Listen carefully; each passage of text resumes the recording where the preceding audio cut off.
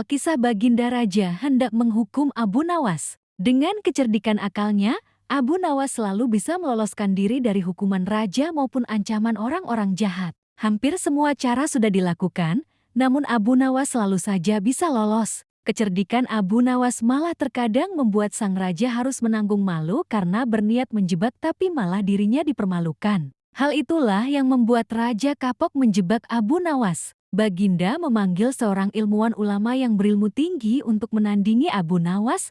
Pasti masih ada peluang untuk mencari celah kelemahan Abu Nawas. Menjebak pencuri harus dengan pencuri, begitu juga untuk menjebak ulama harus dengan ulama, ujar penasihat istana memberikan saran kepada raja. Mendengar itu raja pun tersenyum seolah menemukan cara yang jitu untuk menjebak Abu Nawas. Ia menyetujui usulan tersebut, lalu menyuruh penggawa istana mencari ulama ilmuwan yang berilmu tinggi. Setelah ulama berilmu tinggi berhasil ditemukan, raja menanyakan cara terbaik untuk menjerat Abu Nawas. Ulama itu memberitahu cara-cara yang paling jitu kepada raja. Dia pun manggut-manggut setuju. Ulama andalan raja itu mulai mengadakan persiapan seperlunya untuk memberikan pukulan fatal kepada Abu Nawas. Siasat pun dijalankan sesuai rencana. Abu Nawas terjebak ke pangkuan siasat sang ulama. Abu Nawas melakukan kesalahan yang bisa membawanya ke tiang gantungan atau hukuman pancung. Sementara raja benar-benar menikmati kemenangannya. Belum pernah ia terlihat seceria sekarang ini. Keyakinan orang banyak,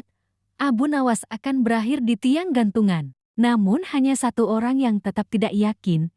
Dia adalah istri Abu Nawas. Istri Abu Nawas yakin kalau suaminya pasti bisa lolos dari hukuman mati. Ketika Abu Nawas dibawa ke lapangan untuk menghadapi hukuman mati, malah terlihat tenang. Raja tahu bahwa ketenangan yang ditampilkan Abu Nawas hanyalah bagian dari tipu dayanya. Tetapi Raja telah bersumpah pada diri sendiri bahwa beliau tidak akan terkecoh untuk kedua kalinya. Hai Abu Nawas, adakah permintaan terakhir yang ingin kau sampaikan? Tanya Raja, dan pertanyaan inilah yang paling dinanti-nantikan oleh Abu Nawas. Ada paduka yang mulia? Jawab Abu Nawas singkat. Sebutkan, ucap Raja. Berkata, sudilah kiranya hamba diperkenankan memilih hukuman mati yang hamba anggap cocok. Wahai Baginda yang mulia, pinta Abu Nawas. Baiklah.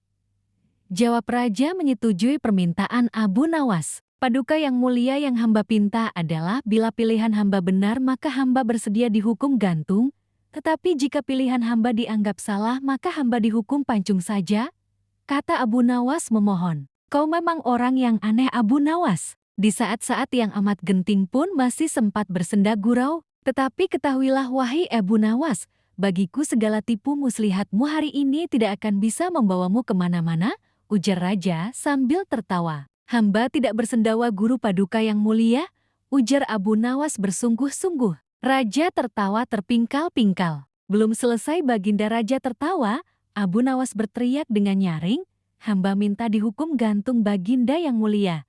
Teriaknya. Semua yang hadir kaget, orang-orang belum mengerti mengapa Abu Nawas membuat keputusan itu. Tetapi Raja menangkap sesuatu yang lain sehingga tawa Raja yang semula terpingkal-pingkal mendadak berhenti. Kening Raja berdenyut mendengar ucapan Abu Nawas. Raja tidak berani menarik kata-katanya karena disaksikan oleh ribuan rakyat. Beliau sudah telanjur mengabulkan Abu Nawas untuk menentukan hukuman mati yang paling cocok bagi dirinya. Kini kesempatan Abu Nawas membela diri.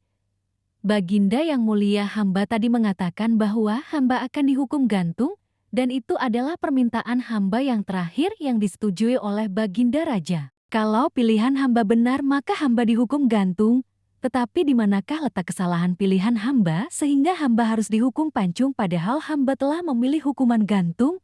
Kata Abu Nawas. Perkataan Abu Nawas memaksa Raja dan ulama itu tercengang. Mereka tidak menyangka dengan jawaban seperti itu. Benar-benar luar biasa otak Abu Nawas ini. Rasanya tidak ada lagi manusia pintar selain Abu Nawas di negeri Baghdad ini. Mau tidak mau Abu Nawas pun lolos dari hukuman mati. Namun untuk menutupi malu atas kekalahannya, Raja berkata, Abu Nawas, aku mengampunimu, tapi sekarang jawablah pertanyaanku ini. Berapa banyakkah bintang di langit? Oh itu gampang sekali tuanku, kata Abu Nawas. Iya tapi berapa? Sebanyak 100 juta kah? Atau 100 miliar kah? Tanya raja. Bukan tuanku, cuma sebanyak pasir di pantai, jawab Abu Nawas. Kau ini bagaimana? Mana ada orang bisa menghitung pasir di pantai? Ujar raja dengan penasaran. Abu Nawas kembali berkata, kalau begitu, bagaimana pula orang bisa menghitung bintang di langit? Kau memang cerdik. Abu Nawas adalah pelipur laraku. Abu Nawas, mulai sekarang jangan segan-segan, sering-seringlah datang ke istanaku. Aku ingin selalu mendengar humormu yang baru, perintah raja. Siap Baginda, kata Abu Nawas. Lalu raja memerintahkan bendahara istana untuk memberikan sekantong uang kepada Abu Nawas si manusia terlucu di negerinya itu. Wallahu a'lam bishawab.